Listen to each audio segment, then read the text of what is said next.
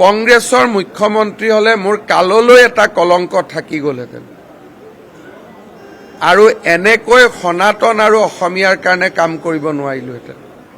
সেইকাৰণে কেতিয়াবা মানুহে যে কয় গৌৰ মাৰিলে গংগাত পৰে, এইটো মই ধন্যবাদ জনাওঁ ৰাহুল গান্ধীক যে সেই সময়ত তেখেতে মোক মুখ্যমন্ত্ৰী নাপাতিলে, যাৰ কাৰণে মই আজি চিনা টানি বুকুত ডাঠ কৰি সনাতন আৰু অসমৰ বাবে কাম কৰিব পাৰিছোঁ। এই কথা মই যেতিয়া কৈছিলোঁ তেতিয়া কি কোৱা হৈছিল যে এনেই কৈছে। কংগ্ৰেছত যেতিয়া মল্লিকাৰ্জুন খাৰ্গে আহিছিলে 58জন বিধায়কে মোৰ কাৰণে কৈছিলে, বাকী বহুকেইজন জ্যেষ্ঠ নেতা নিউট্ৰেল আছিলে আৰু 12জনেহে মাত্ৰ কৈছিল মুখ্যমন্ত্ৰী হিমন্ত বিশ্ব শৰ্মা হ'ব নালাগে বা হৈ থকাজনে হওক। তেতিয়া ন্যায়টো দিয়া নহ'ল। ন্যায় নিদিয়াৰ কাৰণ পিছত যেতিয়া আমি গম পাওঁ, ইয়াতো সেই সময়ত ৰাহুল গান্ধী আমেৰিকাত আছিলে,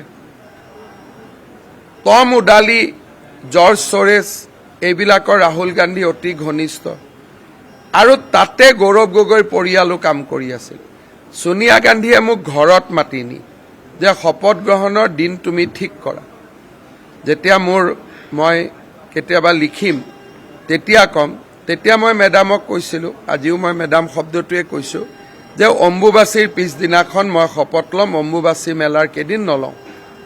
তাৰ পৰা কংগ্ৰেছত সিদ্ধান্ত ঘূৰিছিলে, কাৰণ আমেৰিকাৰ পৰা ৰাহুল গান্ধীয়ে ফোন কৰিছিলে। আৰু এইবিলাক হ'ল অসমৰ সাক্ষী বহুত আছে।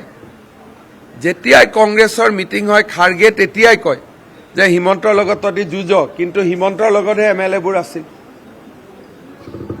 প্ৰত্যেক কংগ্ৰেছৰ মানুহে যেতিয়া মোৰ বদনাম গায় তেতিয়া খাৰ্গে প্ৰথম এইটো কয় যে গোটেইটো MLA-বিলাক তেওঁৰ লগতহে আছিলে। এইবিলাক হ'ল সত্য, কিন্তু সেই সময়ত যে নহ'ল এইটো মা কামাখ্যা আৰু শংকৰদেৱৰ আশীৰ্বাদ আছিলে। কংগ্ৰেছৰ মুখ্যমন্ত্ৰী হলে মোৰ কাললৈ এটা কলংক থাকি গ'লহেঁতেন আৰু এনেকৈ সনাতন আৰু অসমীয়াৰ কাৰণে কাম কৰিব নোৱাৰিলোহেঁতেন।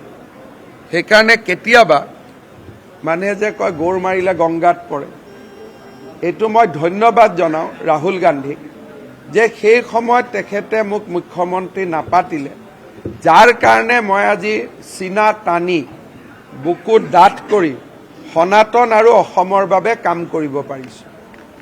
মোক গৌৰ মাৰি গংগাত পেলোৱা হৈছিলে, সেইকাৰণে মই আনন্দিত। এতিয়া তাক লৈ মোৰ কোনো ৰিগ্ৰেটো নাই, দুখো নাই।